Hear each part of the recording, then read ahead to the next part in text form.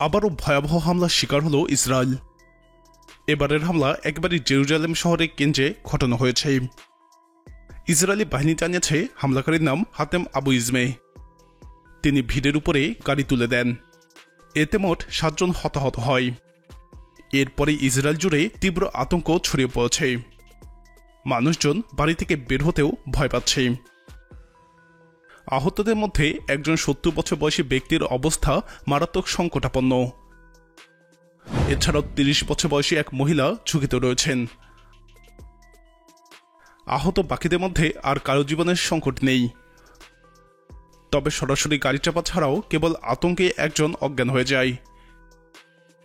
এই বিষয়টি প্রমাণ করে এসব হামলা ইসরায়েলিদের মধ্যে কতটা তীব্র আতঙ্ক তৈরি করেছে। হামলাকারী বয়স 39 বছর। তার 5 সন্তান রয়েছে। তিনি পূর্ব জেরুজালেমের বেইত সাফা এলাকার বাসিন্দা। ইসরায়েলের দাবি তিনি মানসিকভাবে বিপর্যস্ত ছিলেন। অর্থাৎ এই ঘটনাকে সন্ত্রাসী হামলা বা প্রতিবাদী হামলা মানছে না ইসরায়েল। তবে ওই আক্রমণকারী গুলিতে নিহত হয়েছেন।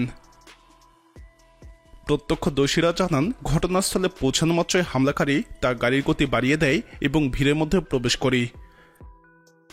তিনি থেমে আবারও গাড়ির উল্টো পথে চালাতে থাকেন। এক পর্যায়ে তিনি থেমে গেলে একজন ইসরায়েলি নাগরিক তাকে গুলি করে হত্যা করে। এই প্রথমবার কোনো হামলাকারীকে সাধারণ ইসরায়েলি গুলি করে হত্যা করল। কিছুদিন আগে ইসরায়েলি প্রধানমন্ত্রী নেতানিয়াহু ইসরায়েলি নাগরিকদের অস্ত্র সাথে রাখার নির্দেশ দিয়েছিলেন। যাই হোক, পরবর্তীতে ঘটনাস্থলে সেনাবাহিনী এবং পুলিশ পৌঁছায়। ইসরায়েলের গুরুত্বপূর্ণ ইয়ম হাজিকারণ দিবস বা মেমোরিয়াল ডেতে এই হামলার ঘটনা ঘটল। ইসরায়েলিরা মেমোরিয়াল ডেতে 1860 সাল থেকে ইসরায়েল রাষ্ট্র প্রতিষ্ঠার জন্য শহীদ হওয়া সব সেনা সদস্য এবং বেসামরিক নাগরিকদের স্মরণ করে।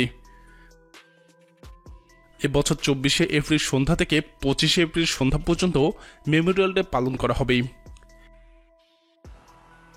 মেমোরিয়াল ডের অনুষ্ঠানে বক্তব্য রাখার সময় দেশটির প্রধানমন্ত্রী বেঞ্জামিন নেতানিয়াহু বলেন, এই হামলা ইসরায়েলি নাগরিকদের হত্যা করার আরও একটি চেষ্টা। তিনি বলেন, এই সন্ত্রাসী হামলাগুলো এই প্রত্যাশা নিয়ে করা হয় যে তারা আমাদের পরাস্ত করবে, তারা আমাদের এখান থেকে উপড়ে ফেলবে এবং যদি তারা পারত তবে তারা আমাদের সবাইকে হত্যা করত, কিন্তু তারা আমাদের পরাজিত করতে পারবে না। আমরা তাদের পরাস্ত করব। হামলা ঠিক পর মুহূর্তে ঘটনাস্থলে একটি ভিডিও ফুটেজে দেখা যায় গাঢ় রঙের একটি সেফ্রোলেট হ্যাশব্যাগ, যেটির সামনের কাচ এবং জানালার কাছে ফাটল ধরা। গাড়িটি কিয়া স্ট্রিট এবং আগ্রিপাস স্ট্রিটের মাঝে একটি জেব্রা ক্রসিং এর উপর দাঁড়িয়ে আছে।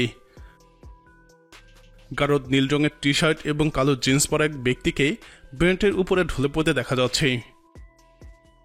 তিনি নড়াচড়া করছিলেন না। পুলিশ এবং বেসামরিক লোকজন চারিদিকে জড়ো হয়েছেন। তবে এই ঘটনা ইসরায়েলিদের মধ্যে তীব্র আতঙ্ক তৈরি করছে। প্রিয় দর্শক, দিন দিন ইসরায়েলের মধ্যে এরকম হামলার ঘটনা বেড়ে যাওয়ার ফলাফল কি দাঁড়াতে পারে বলে আপনি মনে করেন?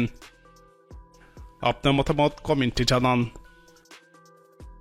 ইসরায়েল ফিলিস্তিন ইস্যুতে সর্বশেষ আপডেট পেতে আমাদের চ্যানেলটি সাবস্ক্রাইব করে আমাদের সাথেই থাকুন।